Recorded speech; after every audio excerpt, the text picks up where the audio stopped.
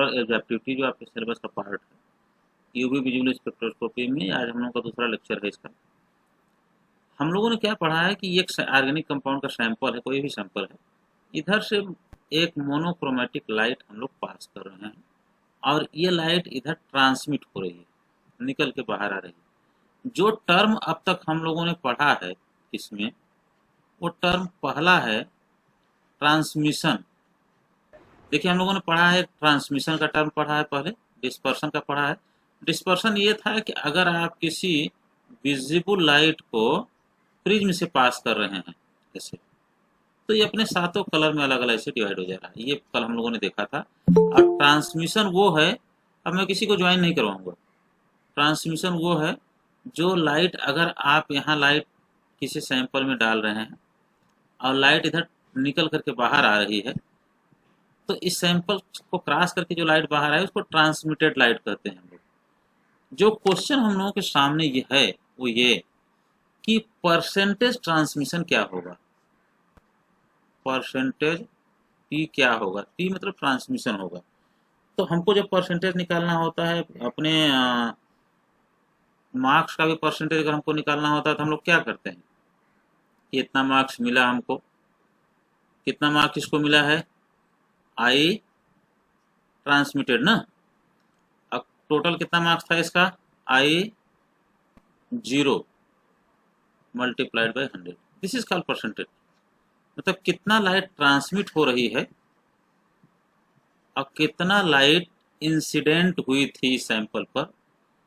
तो आप कहेंगे कि परसेंटेज निकालना हो तो इस फार्मूले से आप परसेंटेज डिटरमाइन कर सकते हैं कि लाइट का ट्रांसमिशन परसेंटेज क्या होगा।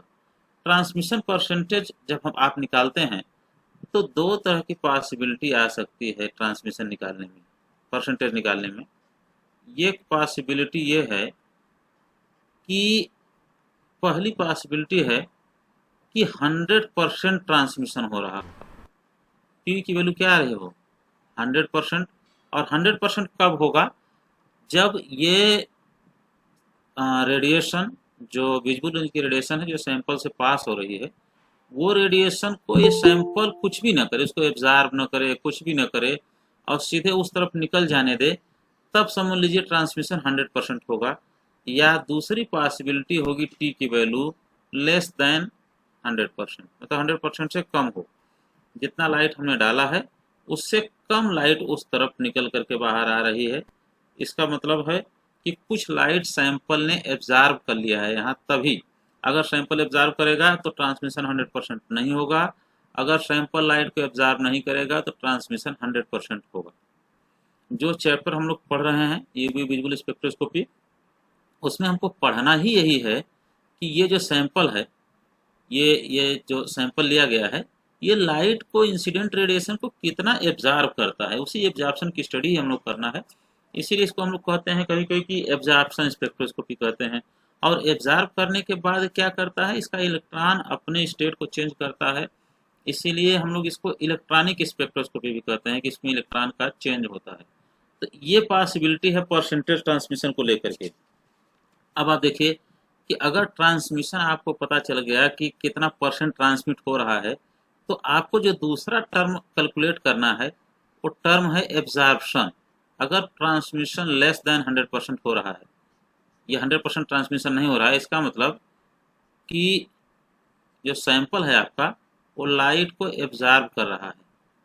अगर एब्जॉर्ब नहीं करता तो 100% ट्रांसमिशन होता, अगर एब्जॉर्ब कर रहा है तो ट्रांसमिशन 100% नहीं होगा।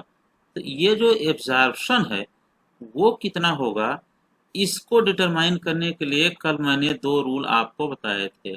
एक रूल बताया था मैंने लैम्बर्ट का, और दूसरा रूल मैंने बताया था बीट का, कि ये किन फैक्टर्स पर डिपेंड करता है। अब यहाँ बात आती है कि अगर आप एब्जॉर्प्शन डिटरमाइन करना चाहते हैं तो कैसे डिटरमाइन करेंगे।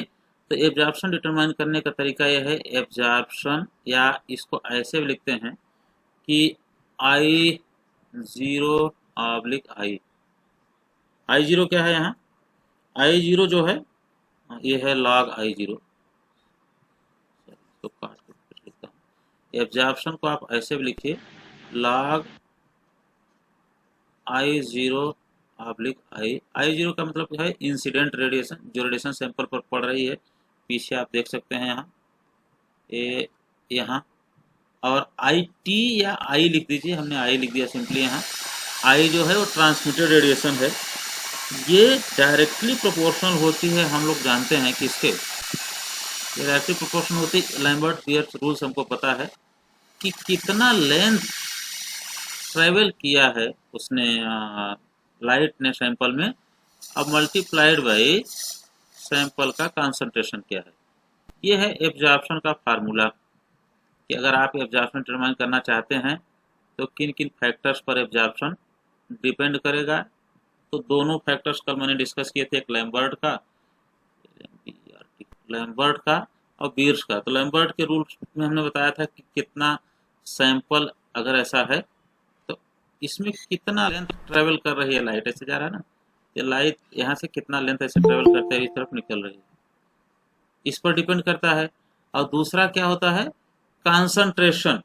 अगर इसमें ज़्यादा नंबर ऑफ पार्टिकल्स होंगे सैंपल में तो लाइट ज़्यादा पार्टिकल्स इनकाउंटर करेगा, और ज़्यादा पार्टिकल्स अगर लाइट इनकाउंटर करेगा तो डेफिनेटली उसका एब्जॉर्प्शन की पॉसिबिलिटी ज़्यादा होगी।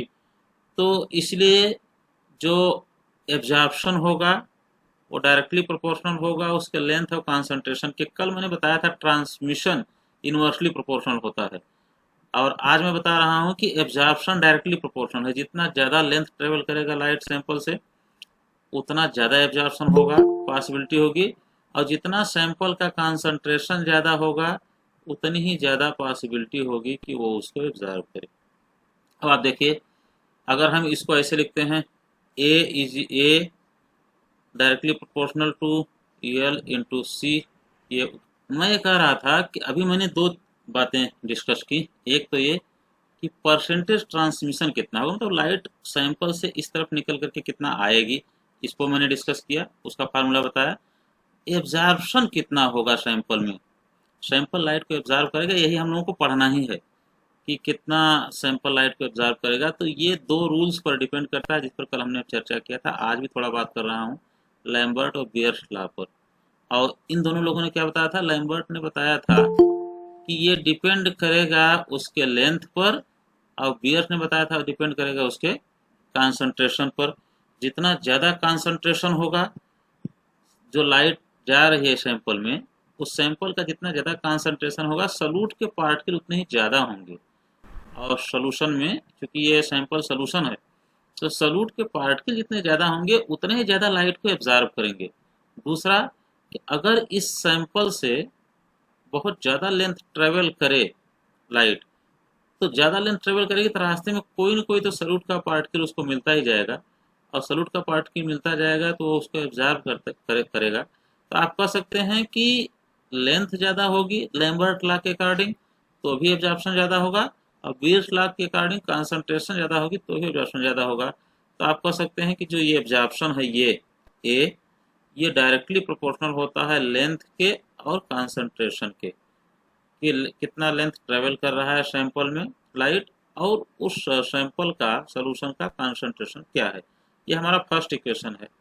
इसका मतलब हो गया कि ए डायरेक्टली प्रोपोर्शनल है, ये एब्जॉर्प्शन है डायरेक्टली प्रोपोर्शनल है लेंथ और कंसंट्रेशन के। तो अगर आप इस प्रोपोर्शन को हटाएं तो एक कांस्टेंट आपको लगाना होता है, प्रोपोर्शनलिटी कांस्टेंट, तो is equal to this epsilon into L into C. और इसको आप ऐसे भी लिख सकते हैं कि A is equal to epsilon L, ये तो एक ही बात है। अब आप देखिए ये जो है एप्सिलॉन, ये ये प्रोपोर्शन को हटा करके लिखा गया है तो ये कहलाएगा प्रोपोर्शनलिटी कांस्टेंट। ये सब आप लोग जानते हैं, प्रोपोर कांस्टेंट है। और इस प्रोपोर्शनलिटी कांस्टेंट को हम लोग कहते क्या हैं, इसी प्रोपोर्शनलिटी कांस्टेंट को हम लोग कहते हैं मोलर एब्जॉर्प्टिविटी। यही है आपका मोलर एब्जॉर्प्टिविटी,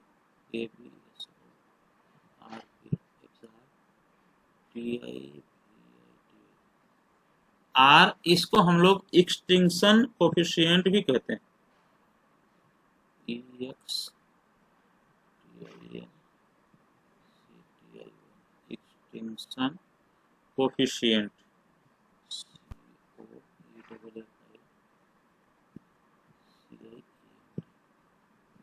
एक्सटेंशन कोफिशिएंट, इसको इन सब नामों से जाना जाता है। तो यहाँ जो इक्वेशन आपका फाइनली निकल करके आया है कि A is equal to epsilon L into C, यहाँ आपको A एब्जॉर्प्शन पता चल गया, L क्या है, लेंथ है जितना लाइट सैंपल में ट्रेवल कर रही है, C क्या है उसका कंसंट्रेशन है, और A की वैल्यू क्या है यहाँ से आप पता कर सकते हैं। A को कैसे आप लिखेंगे, A की जो वैल्यू है वो है I0/I, यही है एब्जॉर्प्शन, जिसमें हमको इंसिडेंट रेडिएशन पता है उसकी फ्रीक्वेंसी क्या है, और ट्रांसमिटेड रेडिएशन जो आ रहा है वो हमारा रिकॉर्डर बता रहा है कि कितना ट्रांसमिट हो रहा है। तो आप यहाँ से एक्सटिंक्शन कोफिशिएंट को निकाल सकते हैं, और इसको आप लिख सकते हैं कि epsilon is equal to A/L into C. ये आपका एक फार्मूला आ गया, इसी को हम लोग कहते हैं मोलर एब्जॉर्प्टिविटी। ठीक है, एप्सिलॉन को मोलर एब्जॉर्प्टिविटी या एक्सटिंक्शन कोफिशिएंट भी हम कहते हैं। और ये किन फैक्टर्स पर डिपेंड कर रहा है, ये डिपेंड कर रहा है उसके लेंथ पर जो सैंपल ट्रेवल कर रहा है, कंसंट्रेशन पर, और ये लाइट का आप देख लीजिए ए पर भी डिपेंड कर रहा है, ये इंसिडेंट रेडिएशन है, ट्रांसमिटेड रेडिएशन है। तो इस तरह से आप मोलर एब्जॉर्प्टिविटी को निकाल सकते हैं। एप्सिलॉन का की यूनिट जो होती है वो होती है 10⁻⁻² metre square and mole inverse 1, ये उसका यूनिट है। लेकिन ध्यान रखने वाली बात यह है कि ज़्यादातर बुक में यूनिट नहीं लिखा जाता है, इसको डायरेक्ट ही लिखा जाता है। तो this is molar extinction coefficient. और होता क्या है कि अगर आप किसी सैंपल से लाइट पास कर रहे हैं तो दो बातें होती हैं। एक तो ये कि उसका लाइट का लैम्डा मैक्स क्या है, ठीक है, कितने वेवलेंथ की रेडिएशन आप पास कर रहे हैं। और दूसरा, अगर किसी सैंपल से आप लाइट पास कर रहे हैं तो दो बातें आपको सामने आएंगी, क्योंकि मैंने मोनोक्रोमेटिक लाइट की बात की थी। यहाँ से सैंपल से लाइट आप पास कर रहे हैं तो यहाँ दो बातें आपको समझ में आती हैं एब्जॉर्प्शन के दौरान। एक तो ये कि अगर आप एब्जॉर्प्शन पढ़ रहे हैं तो एक तो ये कि लैम्डा मैक्स क्या है, कितना वेवलेंथ की रेडिएशन को एब्जॉर्ब कर रहा है, वो पहला फैक्टर ये है। दूसरा फैक्टर है कि उसका एप्सिलॉन मैक्स क्या है, मोलर एब्जॉर्प्टिविटी क्या है। ठीक है, इसको कहते हैं मोलर एब्जॉर्प्टिविटी या स्ट्रेंथ ऑफ एब्जॉर्प्शन, कितना स्ट्रेंथ एब्जॉर्ब कर रहा है, इसको स्ट्रेंथ ऑफ एब्जॉर्प्शन भी कहते हैं। इसको मैं आगे और एक्सप्लेन करता हूँ।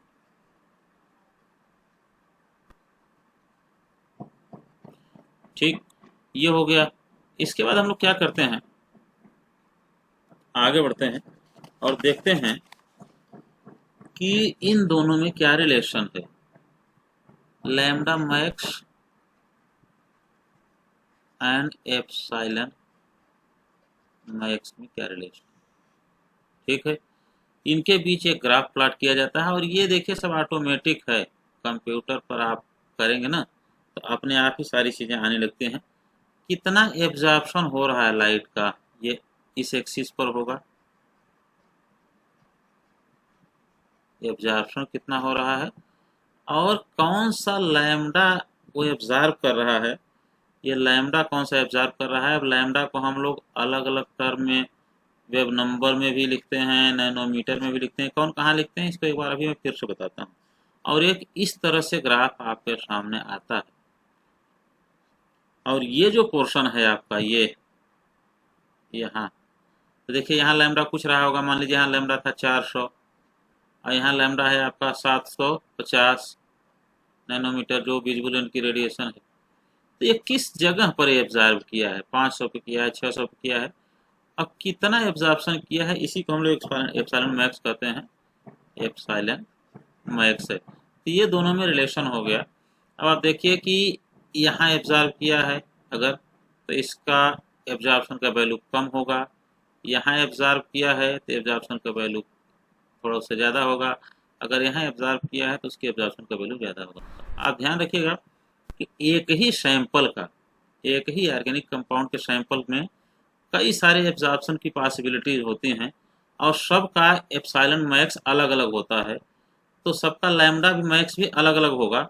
लेकिन हम कंसीडर उसको करेंगे जहाँ एप्सिलॉन मैक्स की वैल्यू सबसे ज़्यादा होती है, उसी लैम्डा को हम लोग कहते हैं कि बेस्ट एब्जॉर्प्शन पीक इसमें मिल रहा है।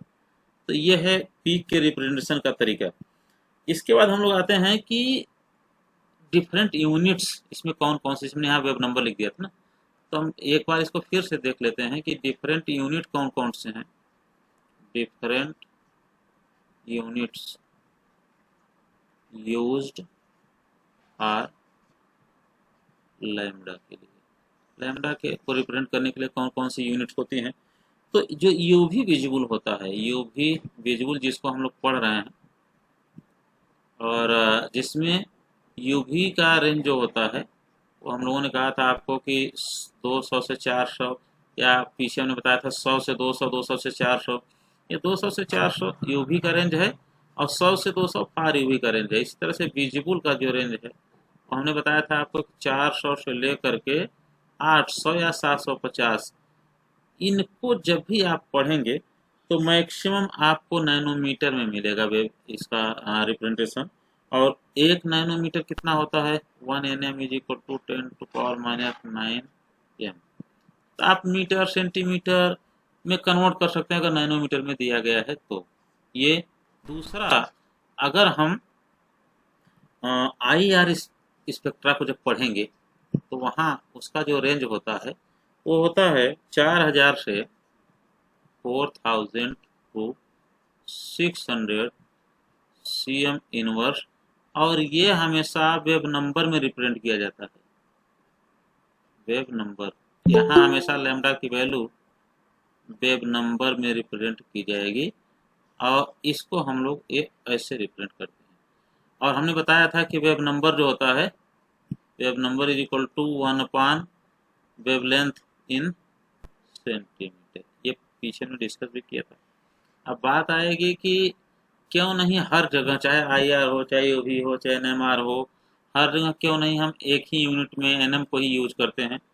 तो इसको समझने का सबसे सिंपल तरीका यह है कि आप लोग जानिए कि आप अलग अलग डिस्टेंस को मेजर करते हैं। अगर सपोज कीजिए कि आपको कुछ किसी छोटे पार्ट का डिस्टेंस मेजर करना है तो उसको आप इंच में मेजर कर सकते हैं, सेंटीमीटर में मेजर कर सकते हैं।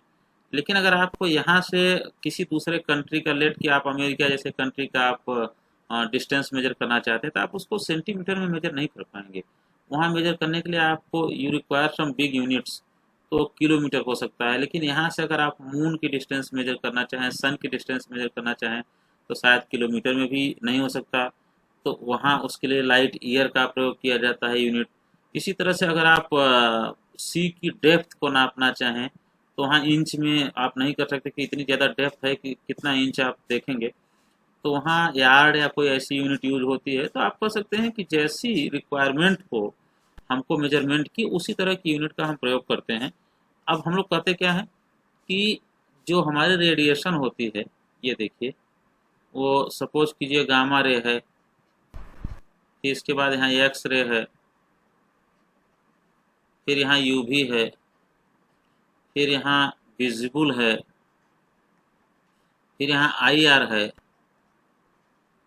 फिर यहाँ रेडियो फ्रीक्वेंसी वेव है या माइक्रोवेव है। इस तरह की रेडिएशंस हैं और सभी का लैम्डा अलग अलग है, सबकी लैम्डा अलग अलग है। यहाँ से यहाँ जाने पर एनर्जी घट रही है। अगर आप गामा रे से रेडियो फ्रीक्वेंसी की तरफ चलेंगे तो एनर्जी घटेगी और लैम्डा की वैल्यू बढ़ती है। तो यहाँ की जो रेडिएशन होगी उसकी लैम्डा ऐसे होगी, कितना बड़ा बड़ा ऐसे देखिए आप, और जो यहाँ की रेडिएशन होगी उसका लैम्डा ऐसे होगा।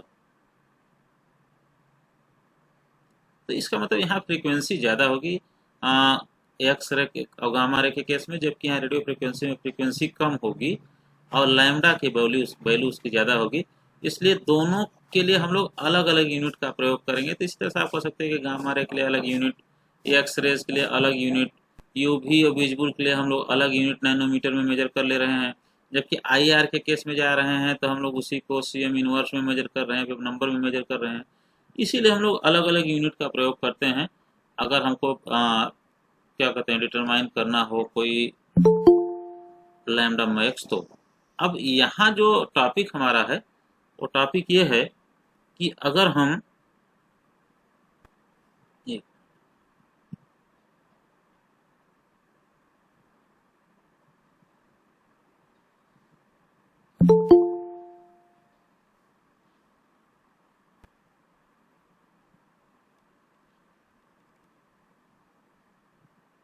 होल्ड रखिएगा,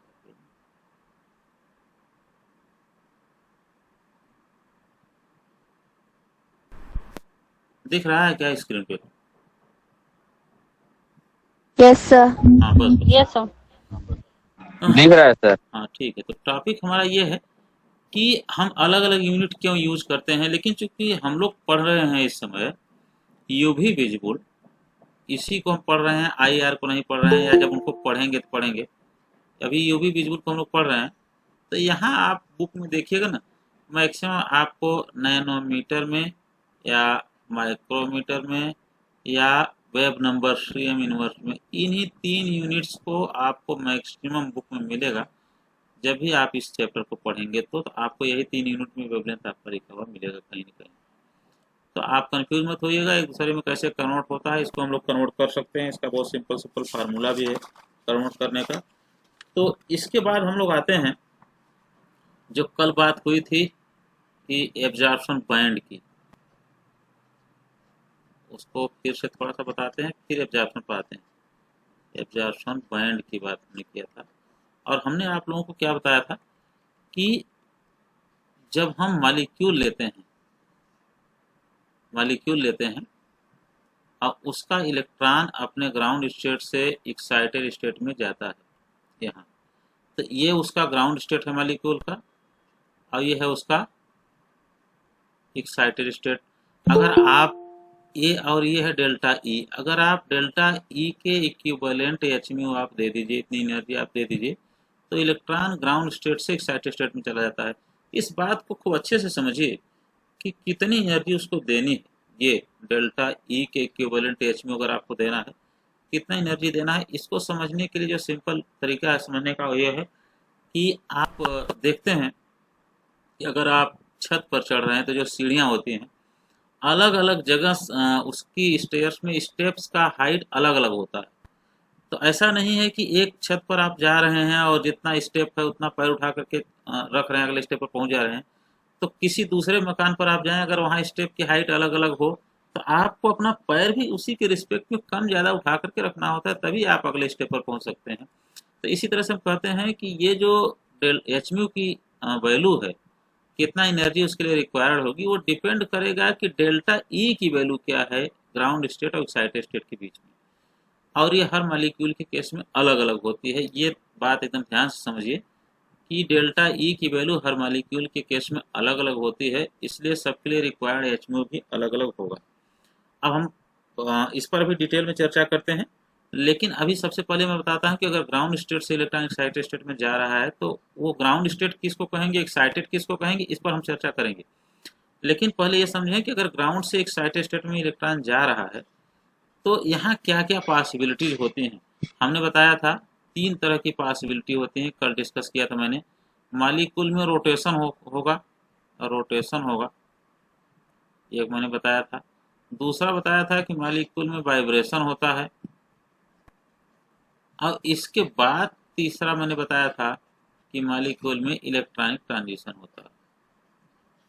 मतलब इलेक्ट्रॉनिक ट्रांजिशन होने से पहले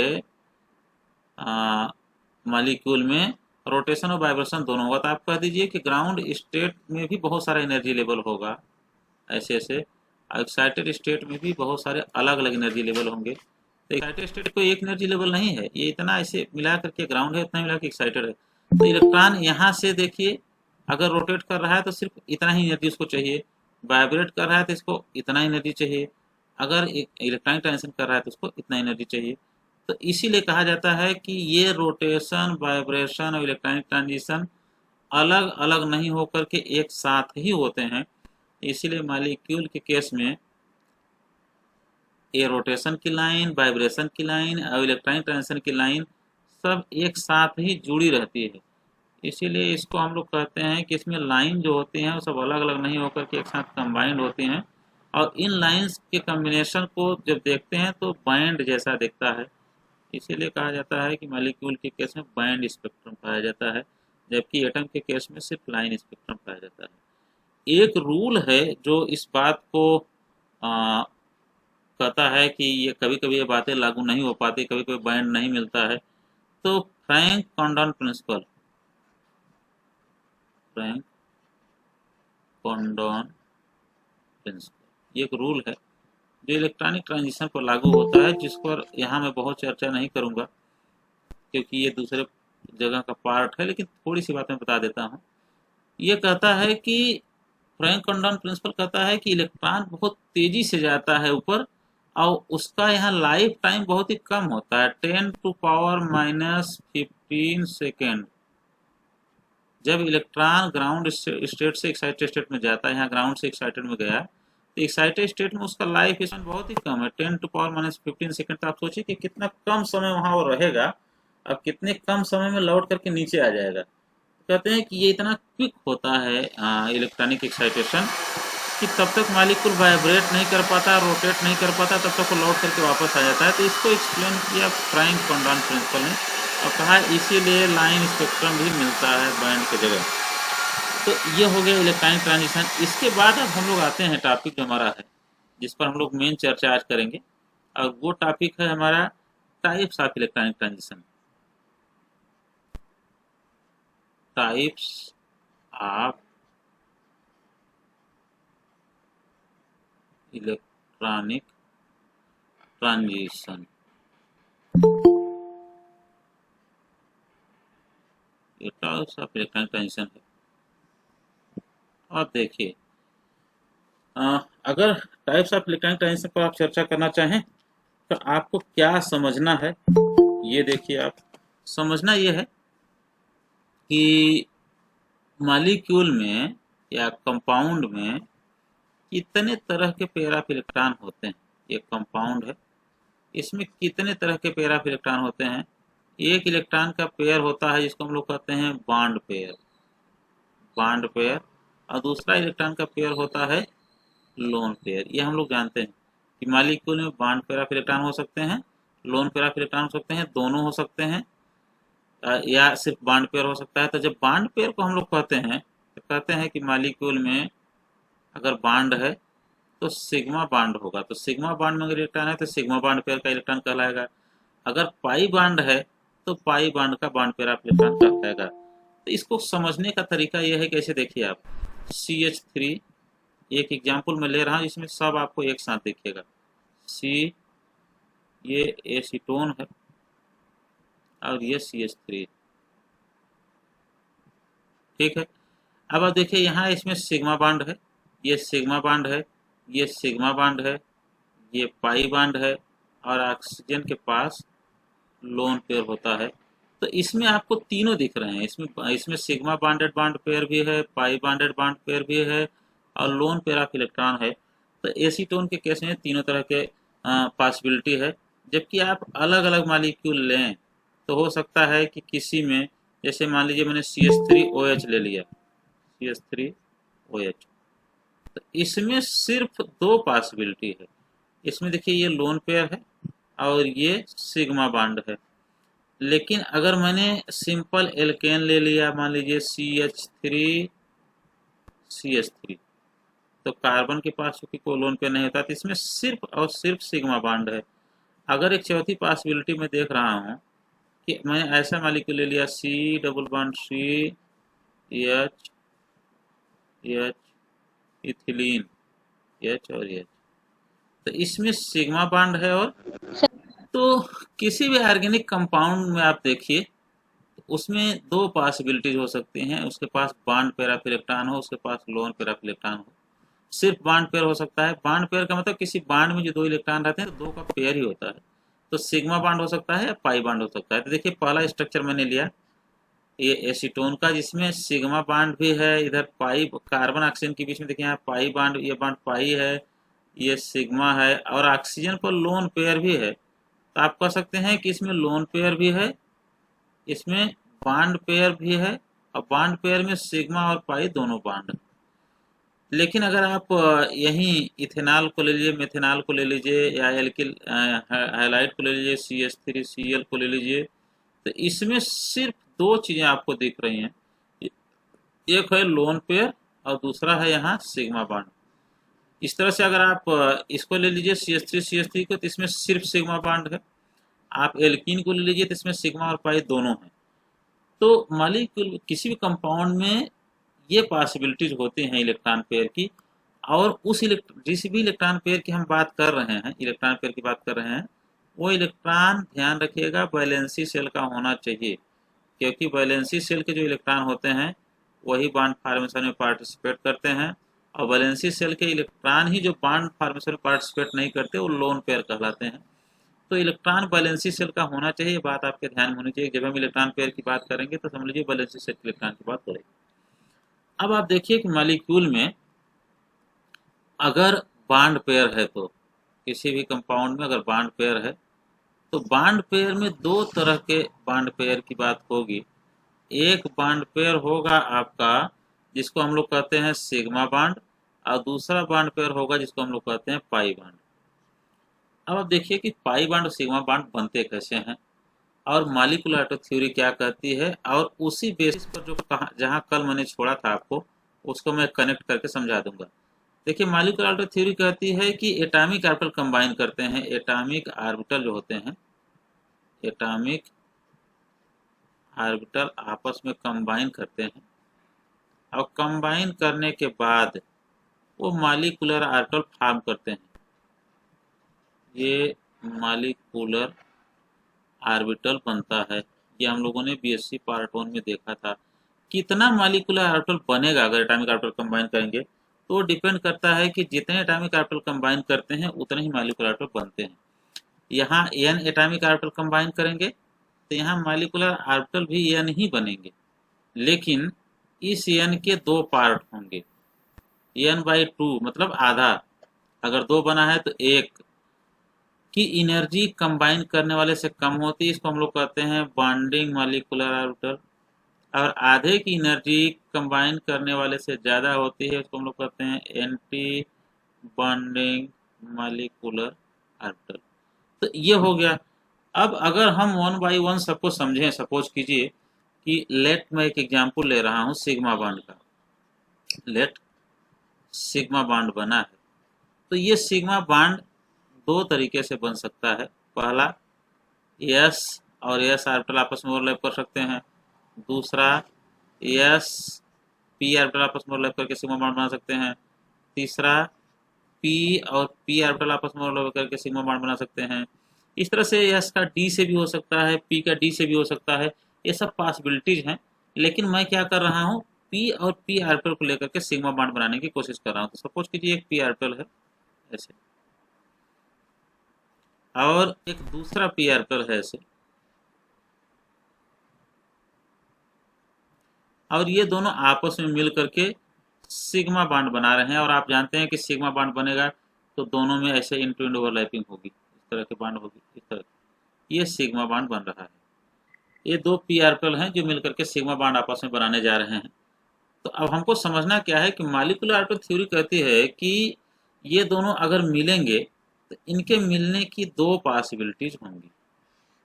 अगर दो ऑर्बिटल आपस में मिल रहे हैं, कोई भी दो ऑर्बिटल आपस में मिल रहे हैं, चाहे S हो, चाहे P हो, चाहे D हो, तो उनकी दो पॉसिबिलिटी होगी आपस में मिलने की, चाहे सिग्मा बॉन्ड बना रहे हो चाहे पाई बॉन्ड बना रहे हो। अब ये सिग्मा बॉन्ड बना रहा है, तो एक पॉसिबिलिटी इसके कॉम्बिनेशन की ये है कि एक ऑर्बिटल का P ऑर्बिटल का प्लस और दूसरे P ऑर्बिटल का प्लस ही आपस में मिल रहा हो। एक पॉसिबिलिटी ये है, और दूसरी पॉसिबिलिटी ये है कि एक P ऑर्बिटल का प्लस ऑर्बिटल और दूसरे P ऑर्बिटल का माइनस फेज उससे कंबाइन कर रहा है। ये दो पॉसिबिलिटी होगी। आप इन दोनों को मिला करके आपस में देख सकते हैं, इन दोनों ऑर्बिटल्स को, कि ये आपस में एक कंडीशन ये होगी ओवरलैप करने की और एक कंडीशन ये होगी ओवरलैप करने की। तो क्या दो पॉसिबिलिटी जो है तो दोनों की एनर्जी बराबर होगी? दोनों की एनर्जी बराबर अगर हो जाएगी तो वो पॉसिबिलिटी दो नहीं एक ही रहेगी। तो इसलिए कहा जाएगा कि दोनों की एनर्जी क्या होगी, अलग अलग होगी। अगर दोनों की एनर्जी अलग अलग होगी तो किसकी एनर्जी कम होगी, किसकी एनर्जी ज़्यादा होगी, इसको हम लोग पढ़ते हैं मॉलिक्यूलर एटॉमिक थ्योरी में कि जहाँ सेम फेज कंबाइन कर रहा होता है, सेम साइन के फेज आर्बिटल कंबाइन कर रहे होते हैं, उसकी एनर्जी जो है वो लोअर होती है, और जहाँ अपोजिट फेज कंबाइन कर रहा होता है उसकी एनर्जी हायर होती है।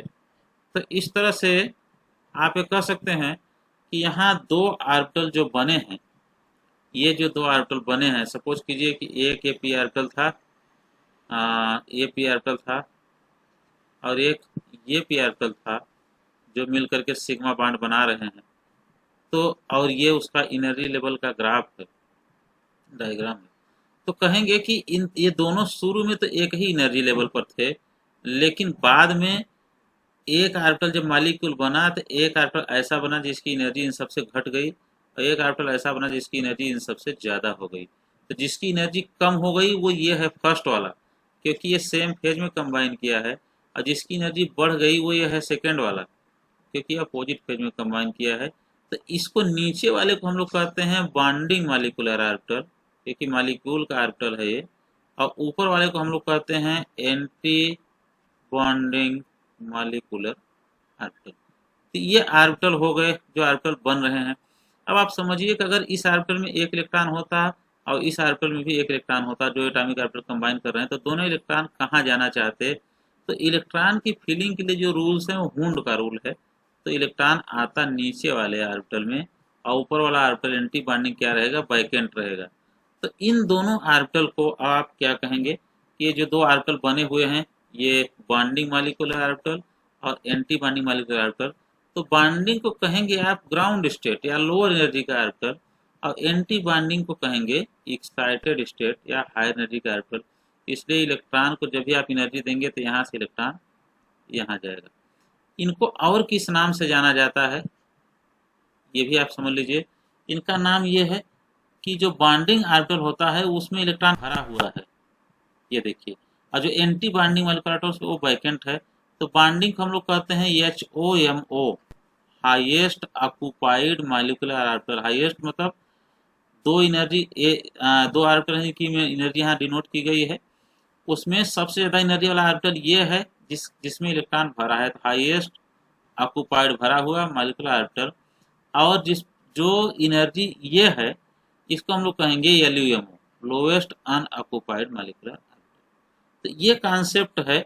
अगर पाई बॉन्ड भी बने, सपोज कीजिए कि कोई एक कंपाउंड है और इसमें पाई बॉन्ड बन रहा है, तो एक पी आर्बिटल ऐसा है और दूसरा पी आर्बिटल ऐसा आपस में कंबाइन करने जा रहा है पाई बॉन्ड बनाने के लिए। हम सभी लोग जानते हैं कि P orbital side wise overlapping करते हैं तो पाई बॉन्ड बनता है इस तरह से। तो जो पी आर्बिटल आपस में ओवरलैप करने जा रहे हैं उनके ओवरलैप करने की दो पॉसिबिलिटी होगी। एक तो ये कि दोनों सेम फेज में ओवरलैप करें तो एनर्जी घट जाएगी, ऐसे दोनों का प्लस एक साइड हो और दोनों का माइनस एक साइड हो। और दूसरी ये कि एक का पॉजिटिव साइन और दूसरे का नेगेटिव साइन आपस में ओवरलैप करें तो इसकी एनर्जी बढ़ जाएगी। तो इसके नीचे वाले को हम लोग क्या कहेंगे, HOMO, और ऊपर वाले को क्या कहेंगे, LUMO, अगर इलेक्ट्रॉन इसमें है तो ये है ऑर्बिटल के बनने की पॉसिबिलिटी। तो इस तरह से आप कह सकते हैं कि अगर हम कंपाउंड पर आ जाएं, कोई एक कंपाउंड आपके सामने दिया गया है, सपोज कीजिए एक कंपाउंड का एग्जांपल मैं ले रहा हूं, और वो कंपाउंड है मेरा एसीटोन, यही CH3। आप कोई भी कंपाउंड लेकर देख सकते हैं। जैसा मैं ऐसा कंपाउंड ले रहा हूं जिसमें सब तरह के आर्बिटल आपको या सब तरह के पैरा इलेक्ट्रॉन आपको दिख रहे हैं। तो देखिए यहाँ एक तो सिग्मा बॉन्ड है, पाई बॉन्ड है और लोन पेयर है, और बहुत सारे सिग्मा बॉन्ड हैं इसमें। ये कार्बन कार्बन के बीच में सिग्मा बॉन्ड है, कार्बन कार्बन के बीच सिग्मा बॉन्ड है, कार्बन हाइड्रोजन के से सब सिग्मा बॉन्ड जुड़े हैं। तो अब आप देखिए कि अगर सिग्मा बॉन्ड बना होगा यहाँ इस मॉलिक्यूल में, अगर सिग्मा बॉन्ड बना है और है ही कंपाउंड में सिग्मा बॉन्ड, इसका मतलब कि इसके दो आर्बिटल बने होंगे एक सिग्मा बॉन्डिंग ऑर्बिटल, एक सिग्मा स्टार, इसको हम लोग कहेंगे एंटी बॉन्डिंग मॉलिक्यूलर ऑर्बिटल। एक पॉसिबिलिटी ये हो गई। दूसरी पॉसिबिलिटी ये है कि चूंकि इसमें पाई बॉन्ड भी है, देखिए, तो इसका मतलब कि इसके पाई बॉन्ड बनने के दौरान भी मॉलिक्यूल में दो ऑर्बिटल बने होंगे, एक पाई बॉन्डिंग, दूसरा pi star anti bonding orbital. और तीसरी पॉसिबिलिटी ये है कि इस मॉलिक्यूल में लोन पेयर भी है, और लोन पेयर का मतलब होता है कि ऐसा पेयर ऑफ इलेक्ट्रॉन जो वैलेंसी सेल में हो लेकिन बॉन्ड फॉर्मेशन में पार्टिसिपेट न करे। तो आप यहाँ कह सकते हैं कि ये इलेक्ट्रॉन वैलेंसी सेल में है ऑक्सीजन के, ये lone pair electron valency shell में है ऑक्सीजन के, लेकिन बॉन्ड नहीं बना रहा है, तो सिर्फ ऑक्सीजन के पास रहेगा। तो एक इसका मॉलिक्यूलर ऑर्बिटल में अगर आप देखेंगे तो एक ही ऑर्बिटल होगा, क्योंकि अगर किसी से ओवरलैप करता तब दो तरह के ऑर्बिटल की पॉसिबिलिटी होती। तो तीसरा है नॉन बॉन्डेड, जिसका एक ही ऑर्बिटल होगा, एक ही लाइन होगी। अब कुल मॉलिक्यूल में इतने तरह के ऑर्बिटल आपके सामने आ गए। एक ऑर्बिटल है sigma bonded sigma star anti bonding, दूसरा है pi bonding pi star anti bonding, और तीसरा है नॉन बॉन्डिंग। तो इन सब ऑर्बिटल को अगर एनर्जी के सीक्वेंस में अरेंज किया जाए कि किसकी एनर्जी कम होगी किसकी एनर्जी ज़्यादा होगी, तो इसका अरेंजमेंट ये है। सबसे कम एनर्जी होती है सिग्मा बॉन्ड की, उसके बाद आता है मॉलिक्यूलर ऑर्बिटल में पाई बॉन्ड, उसके बाद इलेक्ट्रॉन आता है नॉन बॉन्डेड का, उसके बाद इलेक्ट्रॉन आता है पाई स्टार का, और सबसे ज़्यादा एनर्जी वाला जो ऑर्बिटल होता है उसको कहते हैं सिग्मा स्टार। तो ये जो ऑर्बिटल बने हैं सिग्मा बॉन्ड के, पाई बॉन्ड के, नॉन बॉन्डेड के, इन सबको एनर्जी के सीक्वेंस में इस तरह से रिप्रेजेंट किया जाता है। और सबसे कम एनर्जी इसमें से सिग्मा की होती है, उससे ज़्यादा एनर्जी पाई की, उससे ज़्यादा एनर्जी नॉन बॉन्डेड की, उससे ज़्यादा पाई स्टार की, सबसे ज़्यादा सिग्मा स्टार की। ये एनर्जी का सीक्वेंस हो गया। अब अगर इसको आप रेडिएशन यूवी विजिबल देते हैं, ये यूवी या विजिबल रेंज की रेडिएशन मैंने दिया इसको, किसको दिया मैंने, जो कंपाउंड हमने ले रखा है जिसमें ये तीनों तरह के ऑर्बिटल की सॉरी जिसमें सभी तरह के इलेक्ट्रॉन पेयर की पॉसिबिलिटी है, सिग्मा भी है, पाई भी और नॉन बॉन्डेड भी।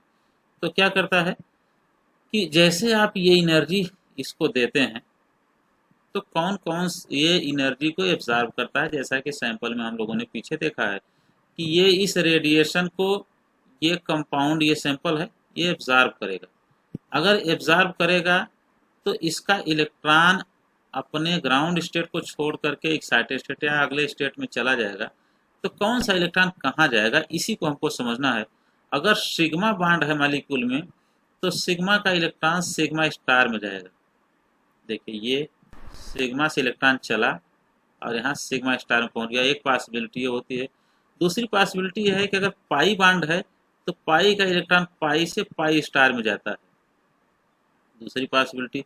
तीसरी पॉसिबिलिटी, अगर नॉन बॉन्डेड इलेक्ट्रॉन है तो ये नॉन बॉन्डेड, तो नॉन बॉन्डेड का इलेक्ट्रॉन अपने से ऊपर वाले किसी भी ऑर्बिटल में मूव कर सकता है, n2 पाई स्टार और n2 सिग्मा स्टार।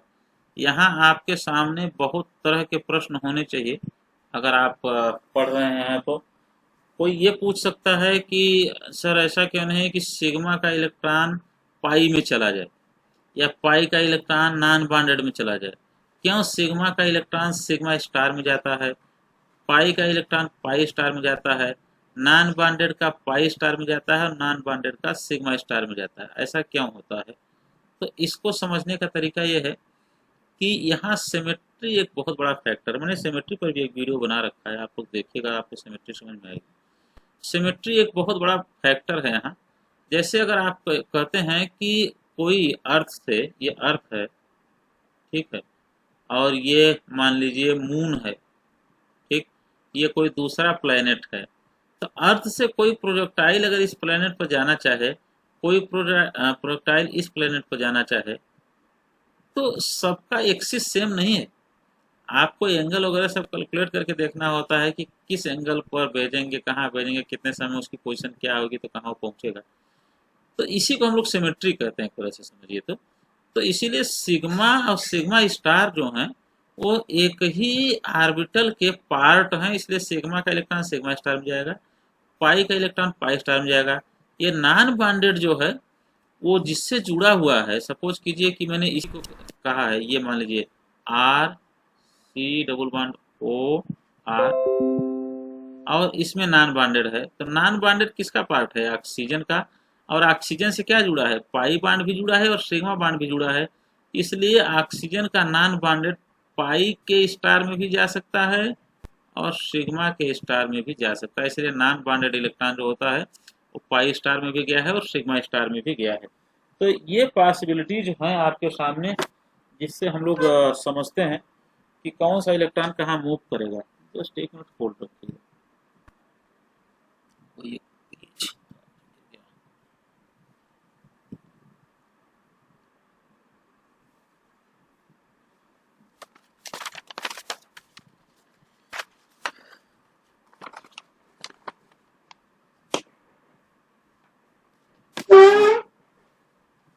हाँ जी, दिख रहा है ना? यस सर, दिख रहा है। हाँ, तो अब आप देखिए कि ये चार पॉसिबिलिटीज हैं। एक पॉसिबिलिटी हो गई आपकी, इलेक्ट्रॉन कहाँ जा सकता है? सिग्मा से सिग्मा स्टार में जा सकता है, ये एक पॉसिबिलिटी है। दूसरी पॉसिबिलिटी ये है कि पाई का इलेक्ट्रॉन पाई स्टार में जा सकता है। तीसरी पॉसिबिलिटी ये है कि नॉन बॉन्डेड का इलेक्ट्रॉन पाई स्टार में जा सकता है, या चौथी पॉसिबिलिटी ये है कि नॉन बॉन्डेड का इलेक्ट्रॉन सिग्मा स्टार में जा सकता है। ये चार पॉसिबिलिटीज आपके सामने थ्योरेटिकली यहाँ दिख रही हैं। थ्योरेटिकली आपको चार पॉसिबिलिटीज यहाँ दिख रही हैं कि नॉन बॉन्डेड का इलेक्ट्रॉन, सॉरी, सिग्मा का इलेक्ट्रॉन कहाँ जाएगा? सिग्मा स्टार में। पाई का कहाँ जाएगा? पाई स्टार में। नॉन बॉन्डेड का कहाँ जाएगा? पाई स्टार में भी जा सकता है और सिग्मा स्टार में भी जा सकता है। तो यहाँ आपको ये समझना है कि इसमें एनर्जी का सीक्वेंस क्या होगा, सबसे ज़्यादा एनर्जी किसके लिए चाहिए, उससे कम एनर्जी किसके लिए चाहिए।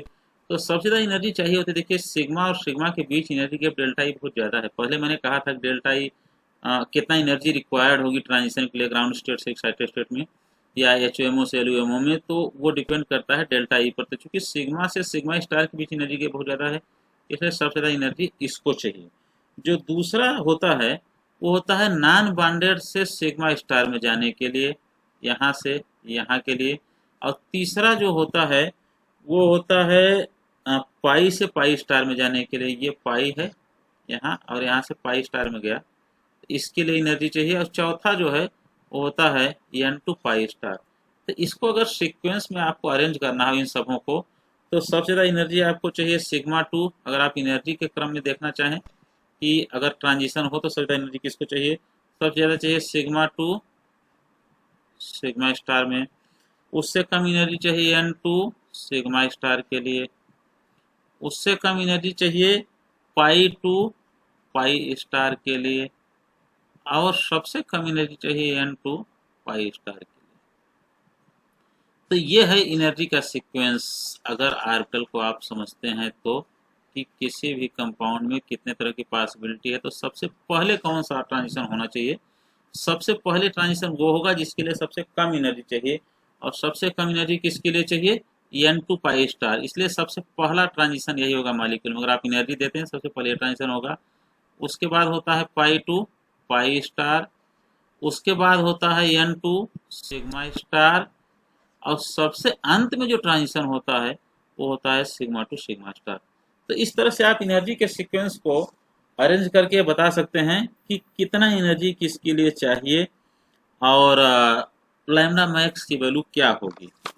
तो ये बात अगर आपको समझ में आ रही है कि लैम्डा मैक्स की वैल्यू क्या होगी, कितनी एनर्जी रिक्वायर्ड होगी, तो हम दूसरी बात आपको बताना चाहेंगे कि जितने तरह के ट्रांजिशन पॉसिबल हैं, ये थ्योरेटिकल है।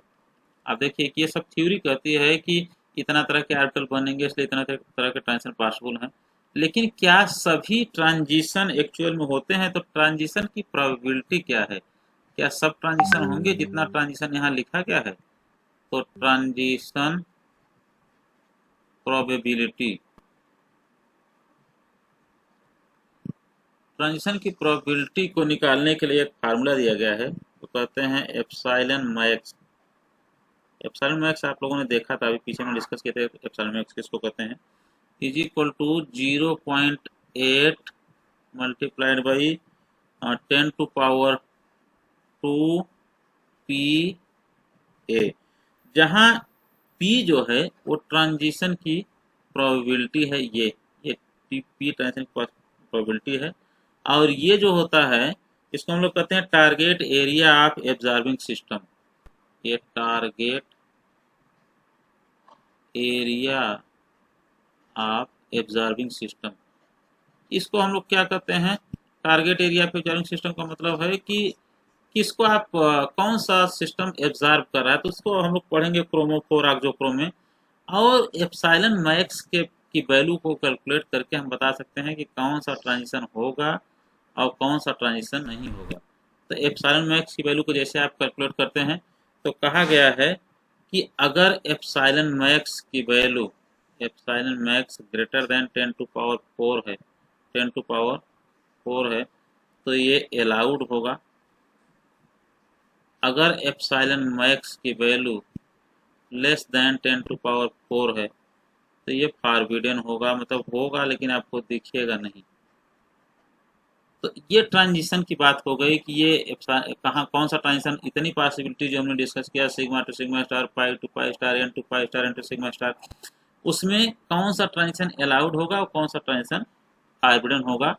एक एग्जाम्पल लूंगा मैं, इसको बता करके फिर इसी को मैं रोकूंगा। एग्जाम्पल आप देखिए, ब्यूटाडाइन एक कंपाउंड है, इसमें आप देखिए सिग्मा बॉन्ड भी है और पाई बॉन्ड भी है। जब इसका लैम्डा मैक्स कैलकुलेट किया जाता है कि कितना लैम्डा मैक्स रिक्वायर्ड होगा, तो होता है 217 माइक्रोमीटर। और जब इसका एप्सिलॉन मैक्स कैलकुलेट किया गया तो वो आया 21,000, ये है। लेकिन यहाँ देखिए एक और एग्जांपल मैं ले रहा हूँ बेंजोफिनोन का, ये है बेंजोफिनोन।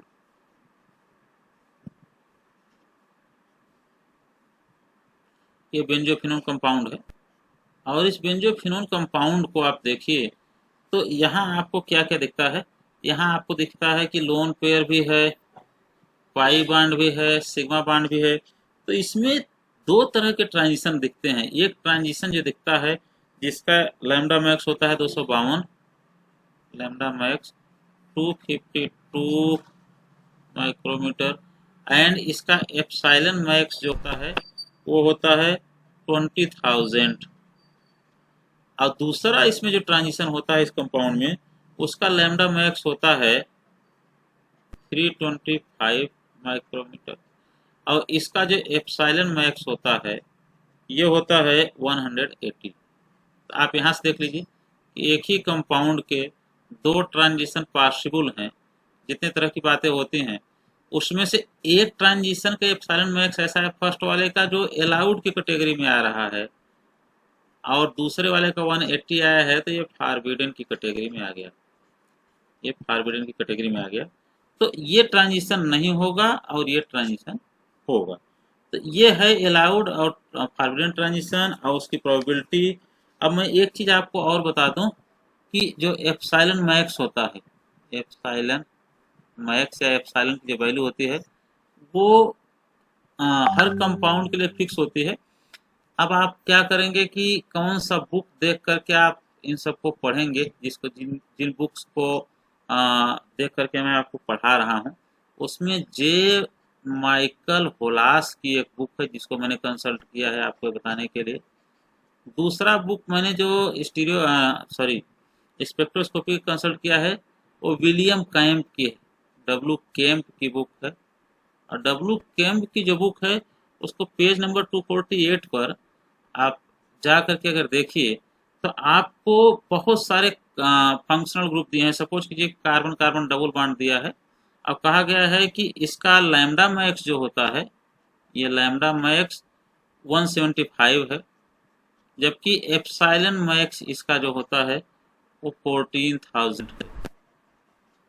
तो आपको इसी तरह से एक सीरीज है पूरे कंपाउंड फंक्शनल ग्रुप की, और सभी फंक्शनल ग्रुप का लैम्डा मैक्स भी दिया है और एप्सिलॉन मैक्स भी दिया है। तो वहां देख करके आप ये समझ सकते हैं कि इसमें से कौन सा ट्रांजिशन अलाउड होगा और कौन सा ट्रांजिशन